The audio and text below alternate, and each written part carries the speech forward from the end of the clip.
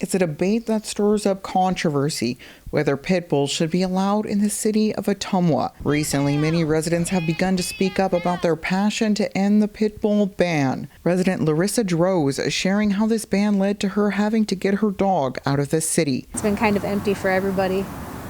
My daughter and my son really miss her, and I miss her too, but it's harder for the kids because it's always harder to watch your kids suffer.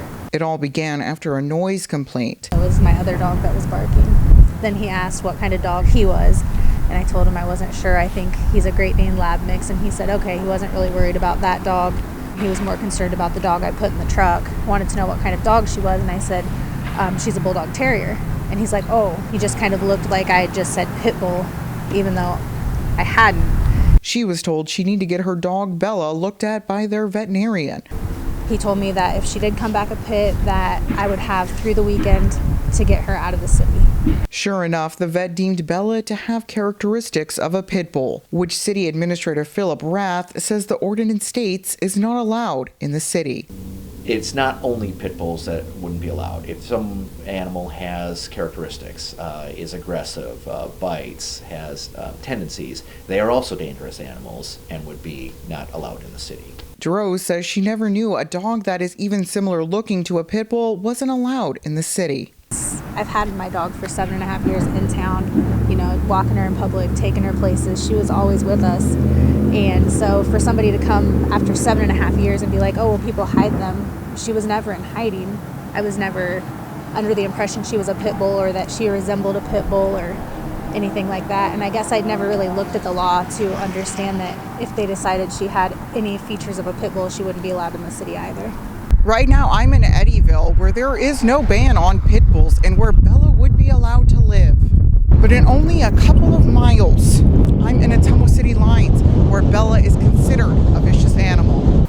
If it was just a vicious animal law, it would have never been an issue because she's not vicious at all. I've never seen her do anything that would make me slightly concerned. Droz isn't the only one who lost a beloved pet due to the ban. Another resident, Connie West, lost her dog Toby that also had pit bull characteristics after he escaped his leash. My granddaughters are wondering why he had to leave. They miss him and are hoping that I can get him back. I have 5 granddaughters who play with him routinely, and they're missing him. Rath says the city is aware that the ordinance needs a change, but he is unsure whether the ban will be removed or not. The goal would be to make sure that animals are treated humanely, and if someone is going to have an animal as a pet, that pet is taken care of. Rath says the difference between Ottumwa and surrounding cities is an incident that happened 20 years ago. A young child was mauled by a pit bull. This led to the ban. Rath also says that no matter the decision the council makes, there will be backlash, but he has a plan for either outcome. If the city council were to decide not to change the code regarding the ban, we've had that code in place for decades. Even prior to that incident, there was limitations on pit bulls in the city going back to the 80s.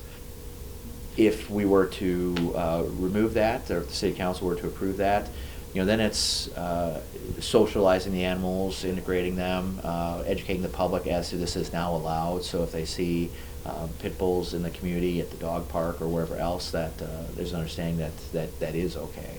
As for Droz and West, they just want the ordinance to not deem an animal vicious by breed alone. I understand, a 6-pound Chihuahua isn't going to obviously tear a person apart, but it's going to hurt somebody. So, having the vet or having some type of law in place where they can assess if a dog's actually vicious or a danger to people. I would just like them to deem each dog pit bull or not pit bull by its own deeds. Toby's been nothing but friendly and obedient pet, and now he's in doggy prison waiting and hoping I can get him home. Rath plans to present the city with a revised ordinance mid-March. In Ottumwa, Tasha Turner, KTVO.